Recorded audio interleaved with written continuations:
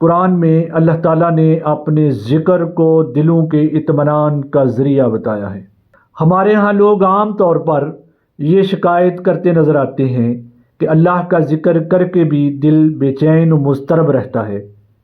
وہ صبح و شام تسبیحات پڑھتے ہیں مگر پھر بھی زندگی حزن و ملال اور بے چینی و انتشار میں گزرتی ہے۔ سینکڑوں اقسام کے شراب خانے، منشیات اور نیند کی گولیوں میں دلوں کا سکون تلاش کرتے ہیں۔ دلوں کے خالق نے ہم پر کتنا احسان کیا ہے، ہمارے دلوں کا اطمینان اپنے ذکر میں رکھ دیا ہے کہ اے انسان، اپنے دل کے اطمینان و سکون کے لیے بس میرا ذکر کیا کر، میرے ذکر سے اپنی زبان کو معطر کر۔ ہم جس اطمینان و سکون کی تلاش میں اہل باطل اپنا کثیر سرمایہ خرچ کر کے بھی نہیں پاتے، ہمارے رب نے ہمیں مفت میں عطا کر دیا ہے۔ اصل بات یہ ہے کہ اس آیت میں اطمینان سے مراد سکون کی وہ کیفیت نہیں ہے جو کسی نشے کو اختیار کرنے کے بعد انسان پر طاری ہو جاتی ہے اور جس کے بعد انسان دنیا و ما فیہا کے ہر غم سے بے نیاز ہو جاتا ہے، بلکہ یہاں اطمینان سے مراد وہ ذہنی کیفیت ہے جس میں یقین ہوتا ہے کہ جس ہستی پر وہ ایمان لایا ہے، جس کو اس نے اپنا رب اور معبود مانا ہے، وہی در حقیقت خالق و مالک ہے۔ اسی کے ہاتھ میں کائنات کی بادشاہی ہے اور جس نے اپنا ہاتھ اس کے ہاتھ میں دے دیا، اللہ تعالیٰ نے اسے کبھی رسوا اور محروم نہیں رکھا۔ تاہم یہ بات طے ہے کہ یقین اللہ کے جس ذکر سے پیدا ہوتا ہے وہ محض تسبیح پر انگلیاں پھیرنے کا عمل نہیں، بلکہ اس کی یاد میں جینے کا نام ہے۔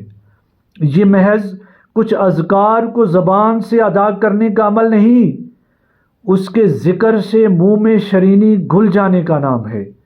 یہ اس کے نام کی مالا جپنے کا عمل نہیں، بلکہ ہمہ وقت اللہ تعالیٰ کو اپنے ساتھ سمجھنے کی کیفیت کا نام ہے۔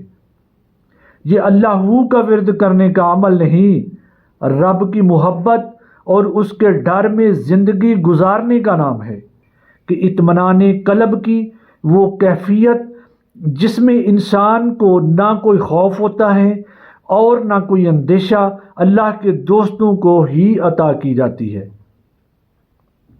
فرمایا گیا کہ سن لو کہ اللہ کے دوستوں کے لیے کوئی خوف ہے نہ کوئی اندیشہ، یہ وہی لوگ ہیں جو ایمان لائے اور اللہ سے ڈرتے رہے، ان کے لیے خوشخبری ہے، دنیا کی زندگی میں بھی اور آخرت میں بھی اللہ کی باتوں میں کوئی تبدیلی نہیں ہو سکتی، یہی بہت بڑی کامیابی ہے۔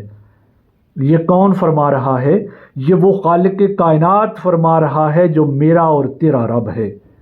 قرآن پاک یہ بھی بیان کرتا ہے کہ اللہ کے یہ جو دوست کون ہوتے ہیں، یہ کوئی بزرگ قسم کے لوگ نہیں، بلکہ وہ سچے اہل ایمان ہیں جو اپنے ایمان کا ثبوت تقوی سے دیتے ہیں، یعنی رب کی یاد ان کا احاطہ اس طرح کر لیتی ہے کہ زندگی کے ہر کمزور لمحے میں وہ یہ سوچ کر گناہ سے بچتے ہیں کہ اللہ میرے ساتھ ہے اور مجھے دیکھ رہا ہے۔ یہی لوگ اللہ کے ولی اور اس کے دوست ہیں، اور جو اللہ کا دوست ہے وہ کیسے کسی کا خوف یا حزن کا شکار ہو سکتا ہے، اور اللہ انہیں ہر خوف و حزن سے محفوظ رکھتا ہے۔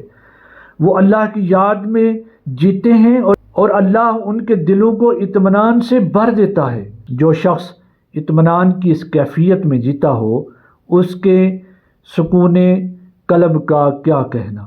محترم سامعین، بندہ ہر وقت اور ہر حالت میں اٹھتے بیٹھتے اور لیٹتے اپنے محبوب حقیقی کو یاد میں رکھے اور اس کی یاد سے کبھی غافل نہ ہو۔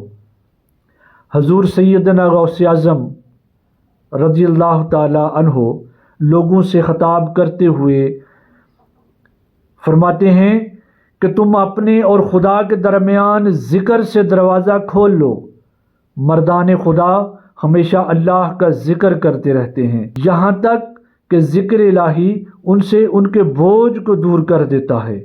عقائد و جہاں نبی آخر الزماں حضرت محمد رسول اللہ صلی اللہ علیہ وآلہ وسلم فرماتے ہیں کہ اللہ تعالیٰ کو یہ عمل بہت پیارا لگتا ہے کہ تو اس حال میں وفات پائے کہ تیری زبان اللہ کے ذکر سے تر ہو۔ ذکر الہی کا مطلب یہ ہے کہ دل کو اس کے لیے متنبہ اور بیدار کیا جائے۔